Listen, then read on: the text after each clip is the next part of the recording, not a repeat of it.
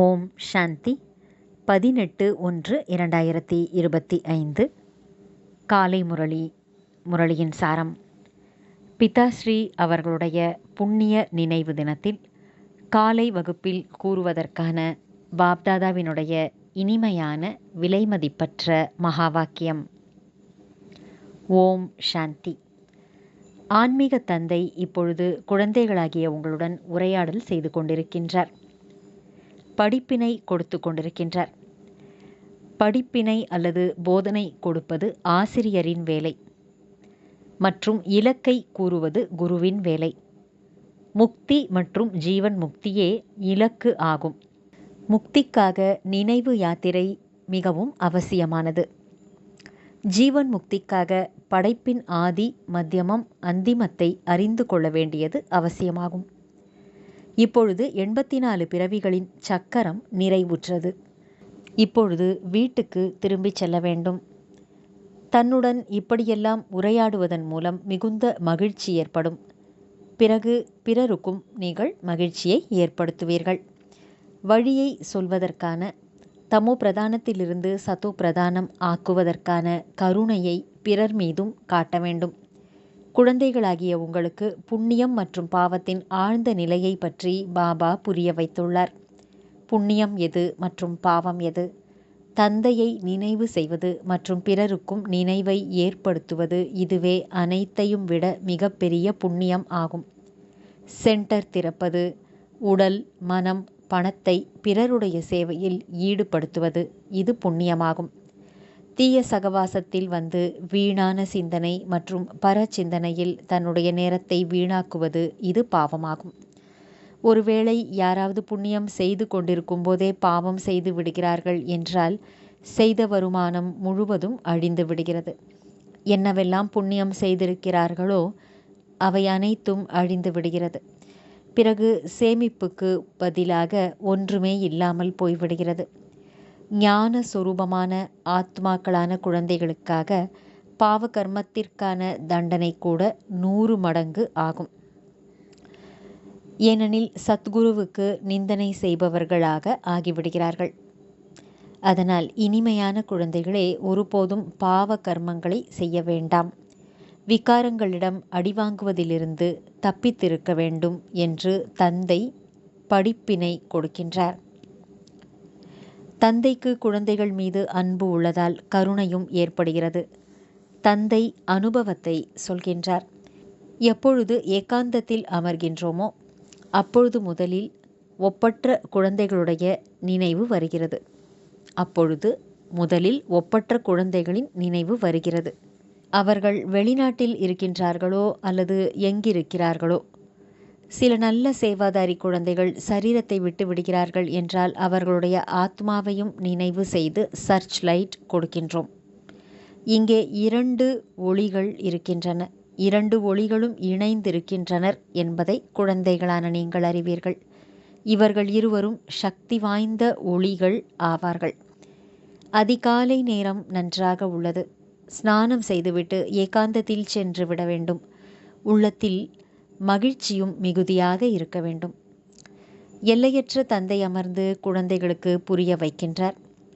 இனிமையான குழந்தைகளே, தன்னை ஆத்மா என்று புரிந்து கொண்டு தந்தையான என்னை மற்றும் தன்னுடைய வீட்டை நீங்கள் நினைவு செய்யுங்கள். குழந்தைகளே, இந்த நினைவினுடைய யாத்திரையை ஒருபோதும் மறக்க வேண்டாம். நினைவின் மூலமாகத்தான் நீங்கள் பாவனம் ஆவீர்கள். பாவனம் ஆகாமல் நீங்கள் வீட்டுக்கு திரும்பிச் செல்ல முடியாது. ஞானம் மற்றும் யோகமே முக்கியமானதாகும். தந்தையிடம் இந்த மிகப்பெரிய பொக்கிஷங்கள் உள்ளன. அவற்றை அவர் குழந்தைகளுக்கு கொடுக்கின்றார்.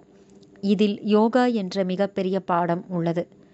குழந்தைகள் நல்ல முறையில் நினைவு செய்கிறீர்கள் என்றால் அந்த நினைவின் மூலம் தந்தையின் நினைவு கிடைக்கிறது.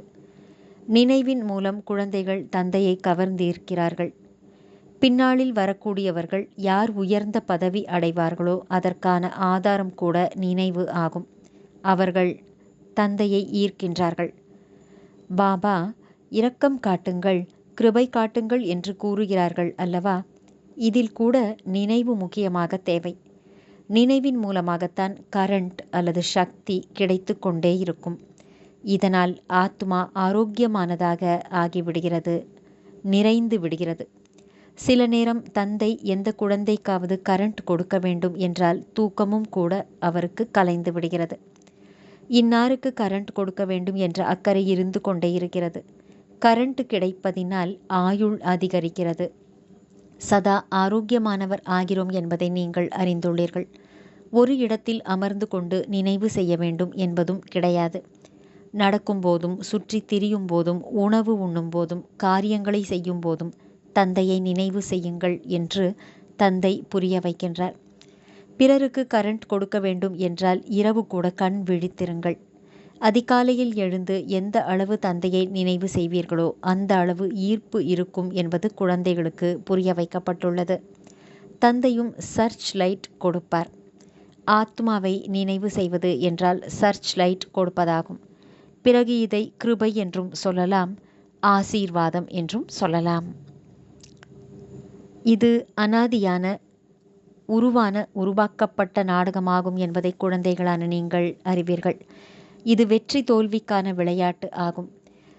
எது நடக்கிறதோ அது சரியானதே ஆகும். படைப்பவருக்கு நாடகம் கண்டிப்பாக பிடித்திருக்கும் அல்லவா? எனில் படைப்பாளரின் குழந்தைகளுக்கும் பிடித்திருக்கும். இந்த நாடகத்தில் தந்தை ஒரே ஒரு முறை குழந்தைகளுக்கு உள்ளபூர்வமாக அன்புடன் சேவை செய்வதற்காக வருகின்றார். தந்தைக்கோ அனைத்து குழந்தைகளும் அன்புக்குரியவர் ஆவார்கள். சத்யுகத்தில் கூட அனைவரும் ஒருவர் மீதொருவர் மிகுந்த அன்பு செலுத்துவார்கள். விலங்குகளும் அன்பாக இருக்கின்றன என்பதை நீங்கள் அறிவீர்கள். அன்பு இல்லாமல் எந்த விலங்கும் இருக்காது. குழந்தைகளாகிய நீங்கள் இங்கே மாஸ்டர் அன்பு கடலாக வேண்டும். நீங்கள் இங்கே ஆனீர்கள் என்றால் அந்த சமஸ்காரம் அழிவற்றதாகிவிடும். கல்பத்துக்கு முன்பு போலவே அப்படியே மீண்டும் அன்பானவர் ஆக்குவதற்காக வந்திருக்கின்றேன் என்று தந்தை கூறுகின்றார். எப்பொழுதாவது யாராவது ஒரு குழந்தையின் கோபமான சப்தத்தை கேட்டால், குழந்தாய், கோபப்படுவது சரியல்ல, இதனால் நீங்களும் துக்கமடைவீர்கள், பிறரையும் கூட துக்கப்படுத்துவீர்கள் என்ற போதனையை தந்தை தருகின்றார். தந்தை நிரந்தரமாக சுகத்தை கொடுக்கக்கூடியவர் ஆவார். எனவே குழந்தைகளும் கூட தந்தைக்கு சமமாக ஆக வேண்டும். ஒருவர் மற்றவருக்கு ஒருபோதும் துக்கம் கொடுக்கக்கூடாது. மிக மிக அன்பானவராக வேண்டும். அன்பான தந்தையை மிகவும் அன்புடன் நினைவு செய்தீர்கள் என்றால் தனக்கும் நன்மை, பிறருக்கும் கூட நன்மை ஏற்படும்.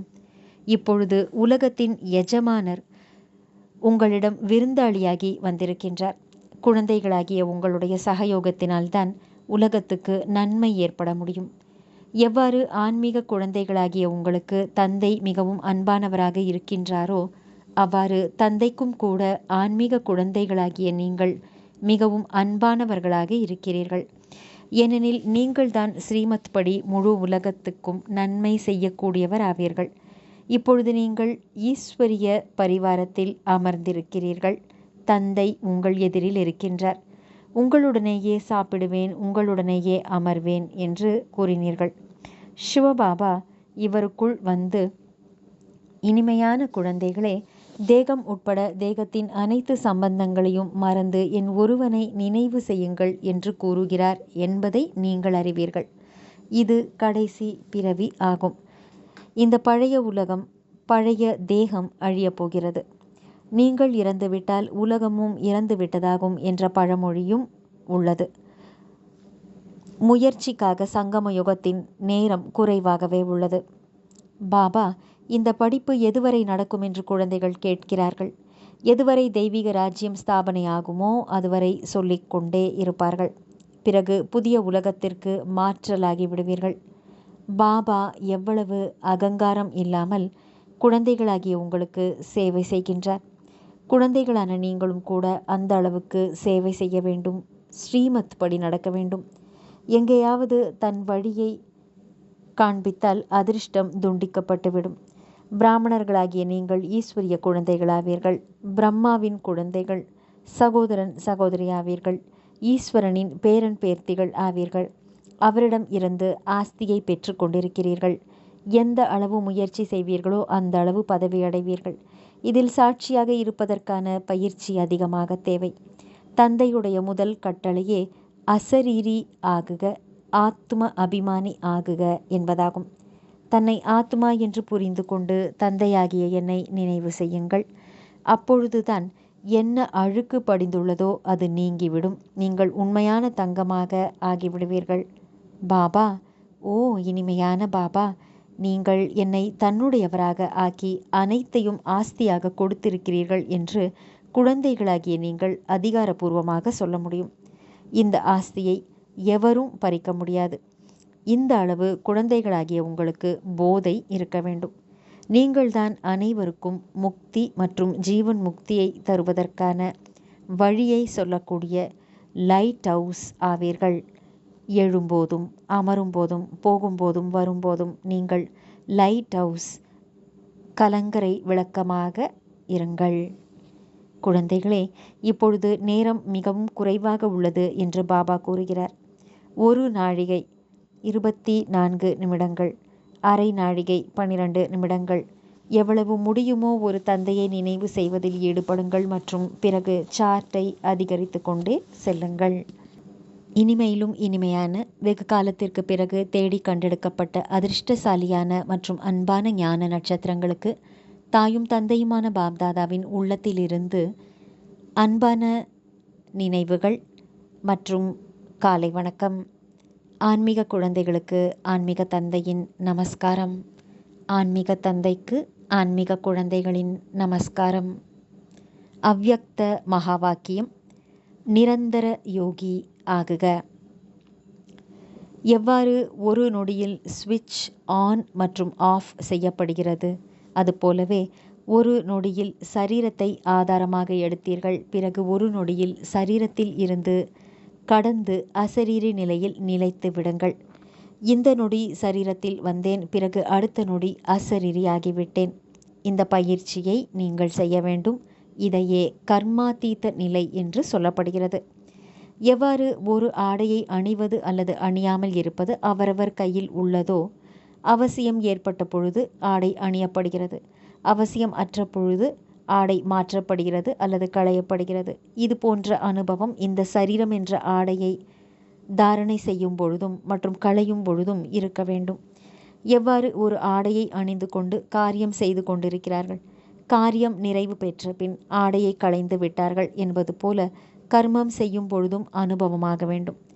போகும்போதும் வரும்போதும் சரீரம் மற்றும் ஆத்மா ஆகிய இரண்டும் தனித்தனியானதாக அனுபவம் ஆக வேண்டும்.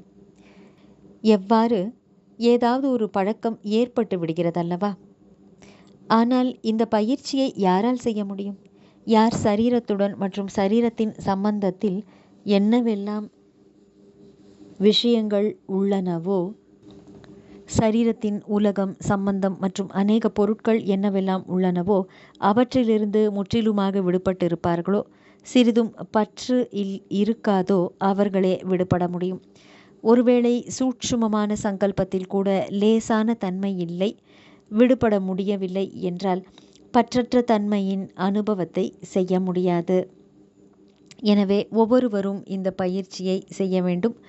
முற்றிலும் பற்றற்ற நிலையின் அனுபவம் செய்ய வேண்டும். இந்த நிலையில் இருப்பதனால் மற்ற ஆத்மாக்களுக்கும் உங்கள் மூலம் விடுபட்ட தன்மையின் அனுபவம் ஏற்படும். அவர்களும் அனுபவம் செய்வார்கள். எவ்வாறு யோகத்தில் அமர்ந்திருக்கும் சமயம் இந்த ட்ரில் செய்விப்பவர்கள் விடுபட்ட நிலையில் இருக்கிறார்கள் என்று சில ஆத்மாக்களுக்கு அனுபவமாகிறதல்லவா?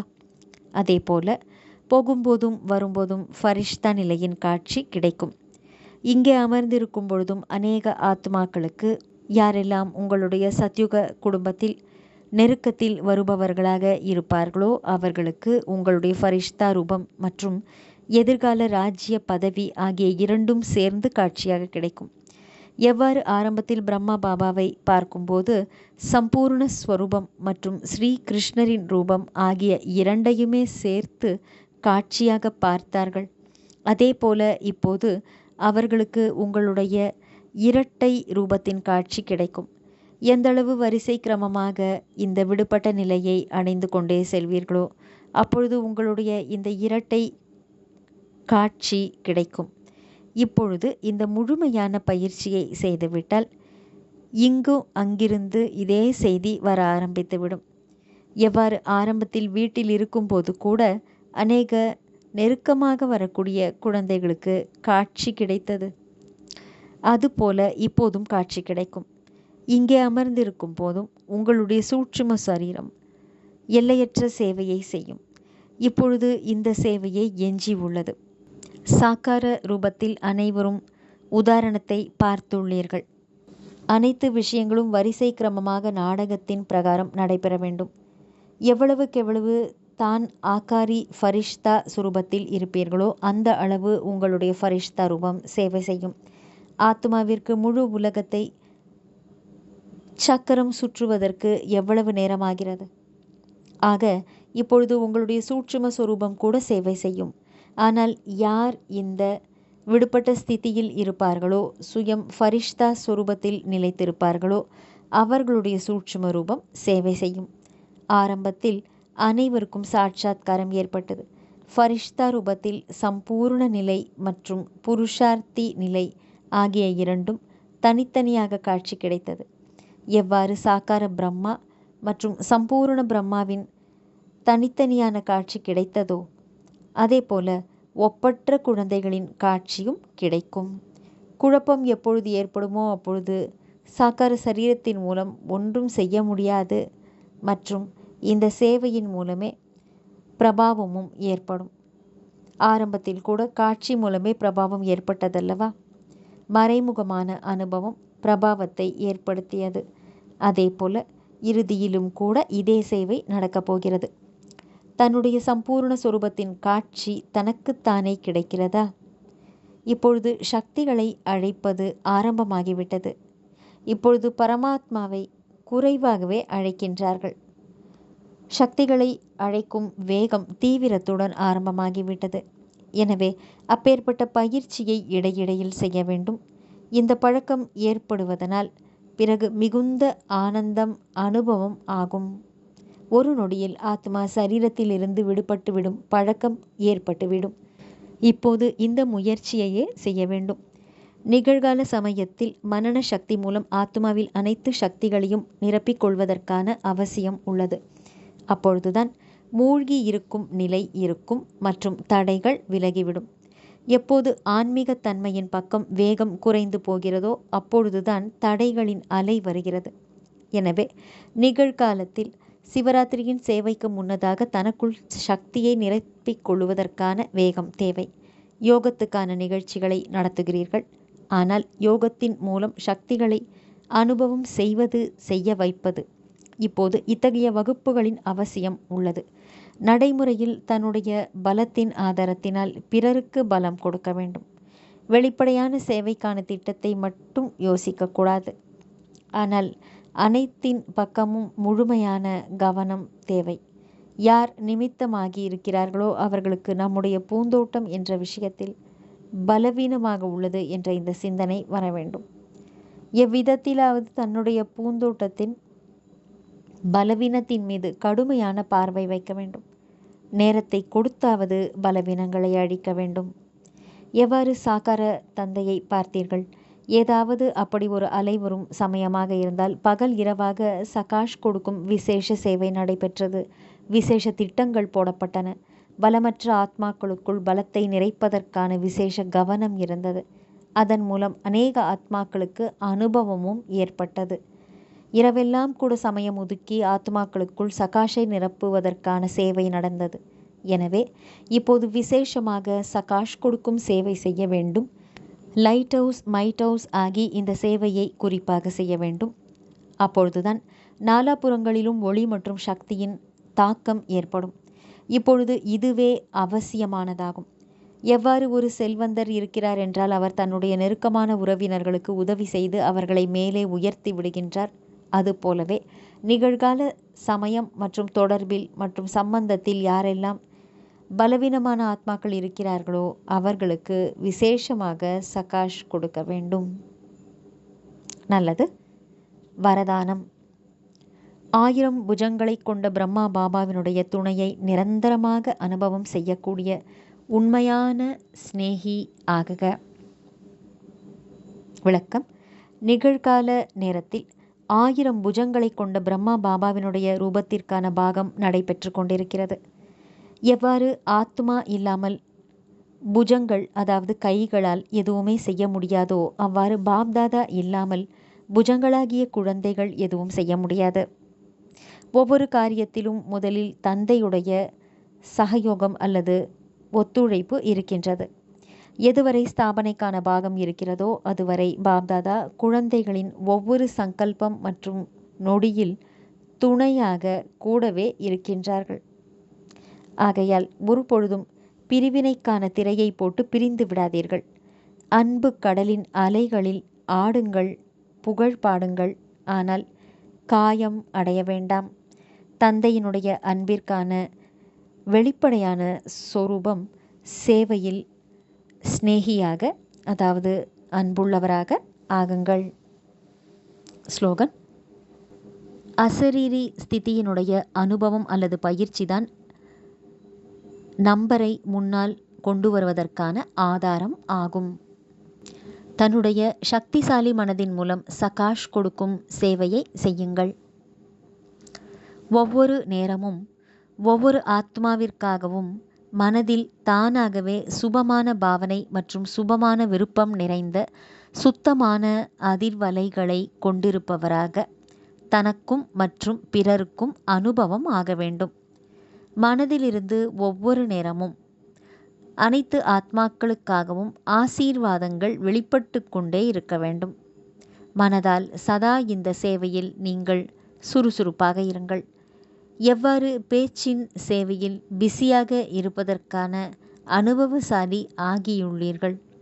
ஒருவேளை சேவை கிடைக்கவில்லை என்றால் தன்னை காலியாக அனுபவம் செய்கிறீர்கள். அவ்வாறு ஒவ்வொரு நேரமும் வார்த்தையின் கூடவே மனதின் சேவை தானாகவே நடந்து கொண்டே இருக்க வேண்டும். நல்லது. ஓம் சாந்தி.